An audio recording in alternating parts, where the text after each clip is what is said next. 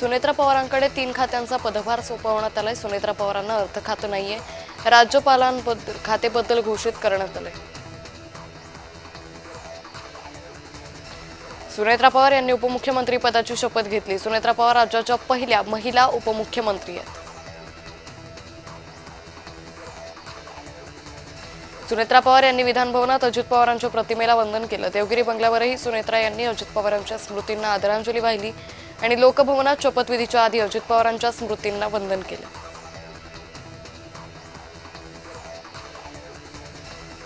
पंतप्रधान मोदींनी सुनेत्रा पवारांचं अभिनंदन केलंय। मला विश्वास आहे की त्या राज्यातील जनतेच्या कल्याणासाठी काम करतील आणि अजितदादा पवार यांचं स्वप्न पुढे नेतील असं म्हणत पंतप्रधानांनी शुभेच्छा दिल्या।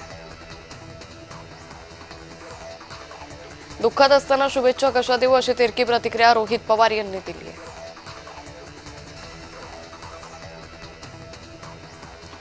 मंत्रिपद आणि पक्ष सुनेत्रा पवार नीट सांभाळतील अशी प्रतिक्रिया माणिकराव कोकाटे यांनी दिली।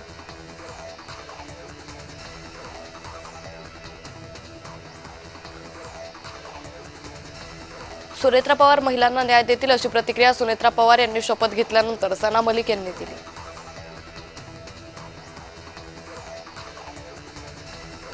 सुनेत्रा पवार यांची विधिमंडळ गटनेतेपदी निवड करण्यात आली आहे। सुनेत्रा पवारांची गटनेतेपदी एकमतानं निवड करण्यात आली आहे। दोन्ही राष्ट्रवादीच्या विलिनीकरणाची घाई का असा सवाल छगन भुजबळांनी उपस्थित केला आहे। राष्ट्रवादीचे अध्यक्ष पटेल नाही पाटील असावा असा सल्ला राज ठाकरे यांनी राष्ट्रवादी काँग्रेसला दिला। जय आणि पार्थ यांनी आईला साथ द्यावी असं वक्तव्य मराठा आंदोलक मनोज जरांगे यांनी केले। दोन्ही मुलांनी आईसोबत खंबीरपणे उभं राहणं गरजेचं आहे असंही मनोज जरांगे म्हणाले।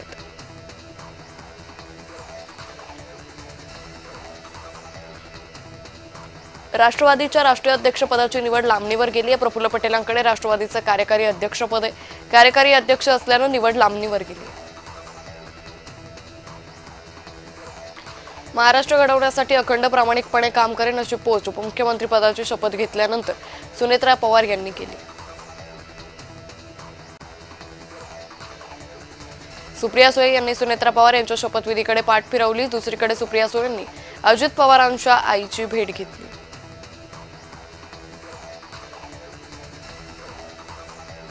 कोल्हापूर जिल्हा परिषद आणि पंचायत समितीच्या निवडणुकीच्या पार्श्वभूमीवर उपमुख्यमंत्री एकनाथ शिंदे रविवारी कोल्हापूर दौऱ्यावर जाणार आहे। उमेदवारांच्या प्रचारार्थ कागल तालुक्यातील नानीबाई चिखली इथं सभेचं आयोजन करण्यात आलेलं आहे। कायदेशीर बाबींमुळे शपथविधीची घाई करण्यात आली अशी प्रतिक्रिया आमदार सुनील शेळके यांनी दिली। विलिनीकरणाच्या बैठकीचा व्हिडिओ सुनील तटकरेंनी फेटाळलाय। तो कृषी प्रदर्शनावेळी गेले असतानाचा व्हिडिओ आहे। ती चर्चा स्थानिक स्वराज्य संस्थांच्या निवडणुकीत एकत्र येण्याबाबतची होती असं वक्तव्य सुनील तटकरेंनी केलं।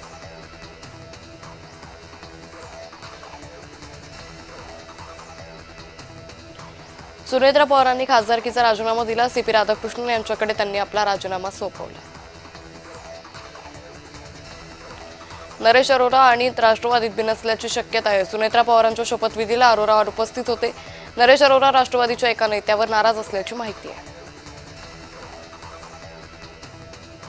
दोन्ही राष्ट्रवादी एकत्र यावी ही अजितदादांची इच्छा होती। भविष्यात दोन्ही राष्ट्रवादी नक्कीच एकत्र येईल असा विश्वास जुन्नरचे माजी आमदार अतुल बेनके यांनी व्यक्त केला आहे।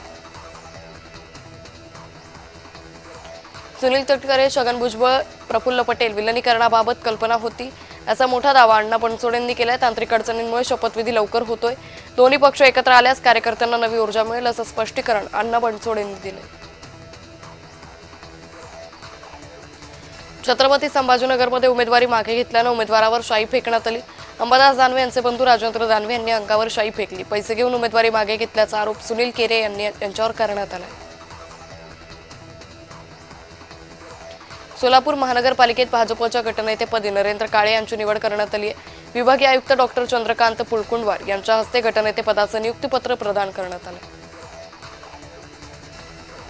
कार्यकर्त्यांना आधार देणं काळाची गरज आहे। गटनेता म्हणून सुनेत्रा पवारांच्या नावाला एकमतानं मंजुरी मिळाल्याची माहिती राष्ट्रवादीचे नेते अनिल पाटील यांनी जय महाराष्ट्रला दिली।